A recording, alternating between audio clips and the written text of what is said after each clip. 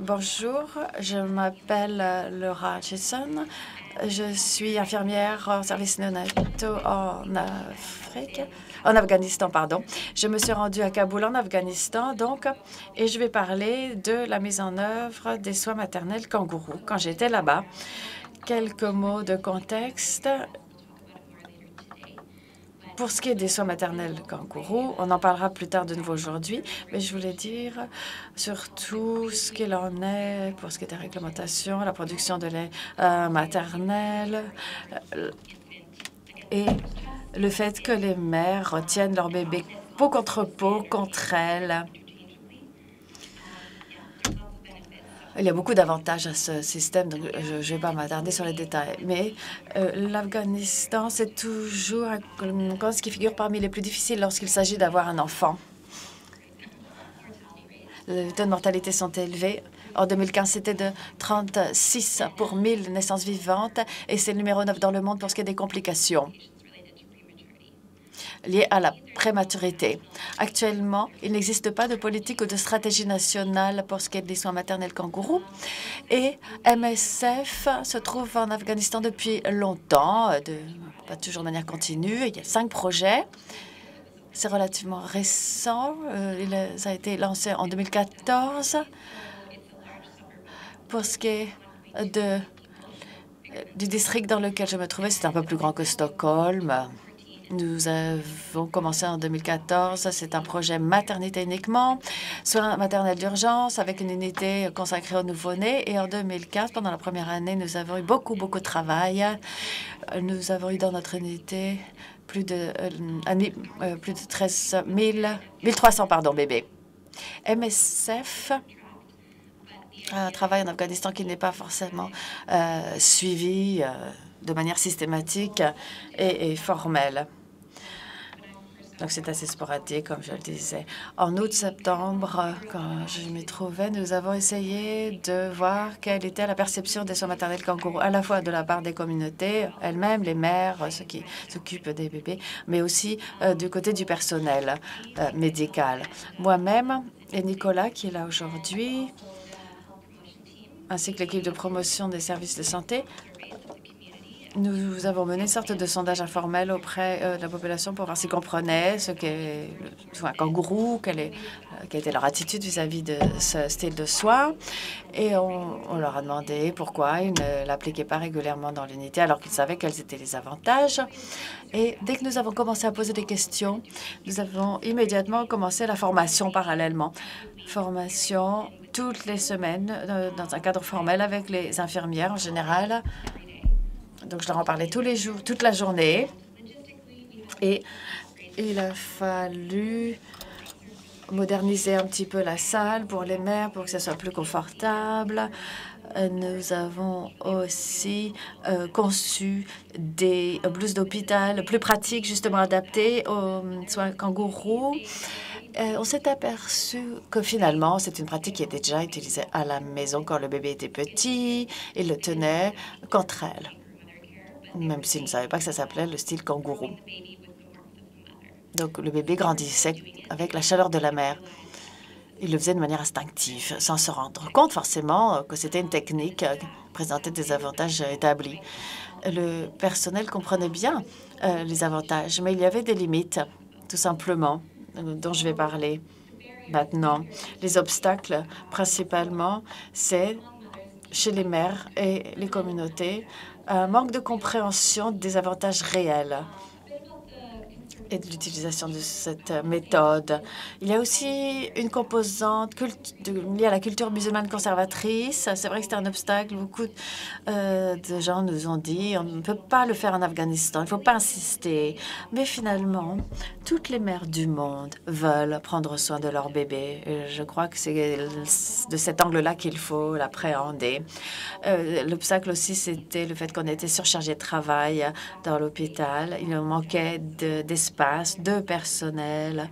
Et donc, pour le personnel infirmier, on n'avait pas toujours le temps d'apprendre à la mère comment tenir le bébé. Et puis, il y a des idées erronées sur le type de bébé pour qui cette méthode est adaptée. Pour ceux qui suivaient une thérapie à l'oxygène, par exemple, souvent, dès que c'est terminé, ils sortent de l'hôpital et on passe à côté du créneau où l'on peut l'expliquer et le faire.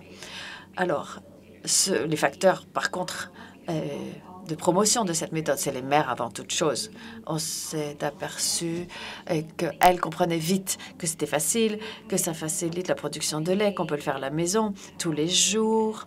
En fait,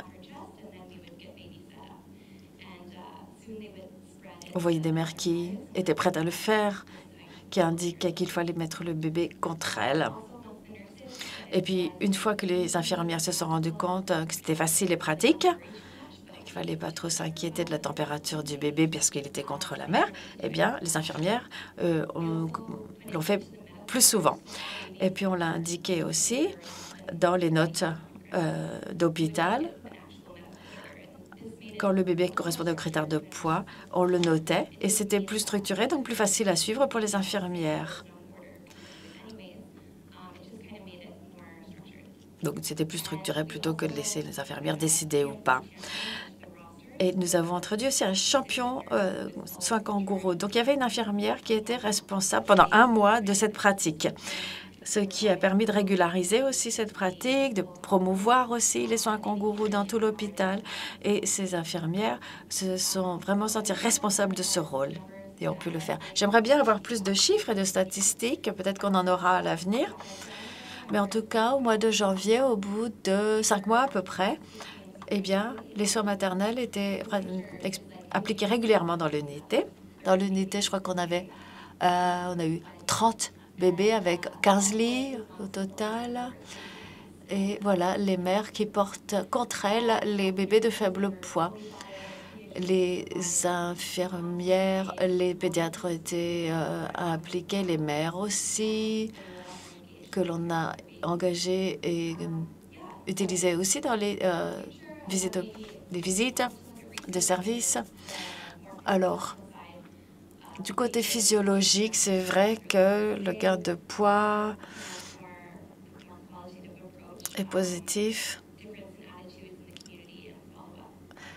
Oui, il serait bon de continuer les études, les analyses là-dessus, voir un petit peu quel est le suivi au sein des communautés.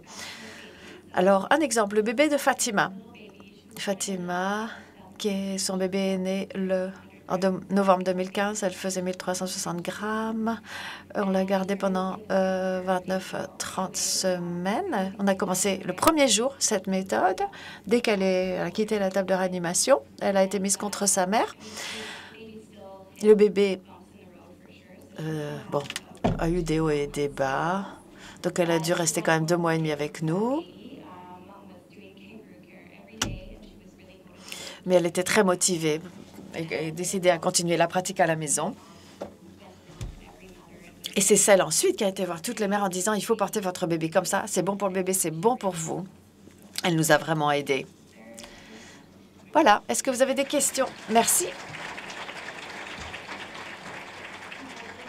2 questions de demande d'éclaircissement à Laura?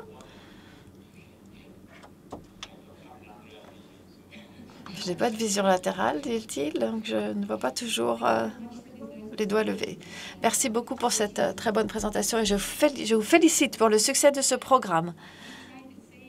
Nous avons essayé la même chose en Afghanistan avec un échec retentissant. Et j'aimerais bien donc savoir un peu comment ça s'est passé. Vous aviez des infirmières hommes aussi, des infirmiers? En fait, à Nashkaga, j'étais en contact avec Sam, qui m'a expliqué quels étaient les problèmes qu'elle rencontrait. Et je crois qu'il faut surtout de la constance et il faut être sur le dos des gens, je crois. J'en parlais tous les jours, toute la journée. J'ai vraiment beaucoup insisté. C'est pas évident, c'est vrai. Mais c'est vrai que dans notre personnel, il n'y avait que des femmes, donc c'était peut-être plus facile. Mais quand même, le responsable national, c'est un homme. Il était avec moi, on a insisté tout le temps à aider les femmes à positionner le bébé. Et je crois que le secret, c'est de persévérer. Parce que souvent, les gens disent, oh, j'ai essayé, puis ils laissent tomber. Je crois que dans notre programme, les responsables, c'est des hommes. Peut-être que c'est dans le sud de l'Afghanistan. Peut-être que c'est encore plus conservateur. Oui, sûrement. Mais je suis d'accord sur le fait qu'insister lourdement, ça marche. C'est une bonne chose. Merci. Deuxième question. J'ai une question. D'abord, je voulais vous féliciter pour le succès que vous avez eu. Est-ce que vous savez ce qui s'est passé une fois que vous avez quitté le projet? J'ai posé la question à 2 personnes. Ça a continué assez bien quand je suis partie, je crois, hein, Nicolas? Oui. Et puis là, je viens de parler avec le médecin qui vient de partir, mais qui était là avec moi aussi à l'époque. Et elle m'a dit que ça a continué. Bon, c'est peut-être pas aussi régulier. Bon.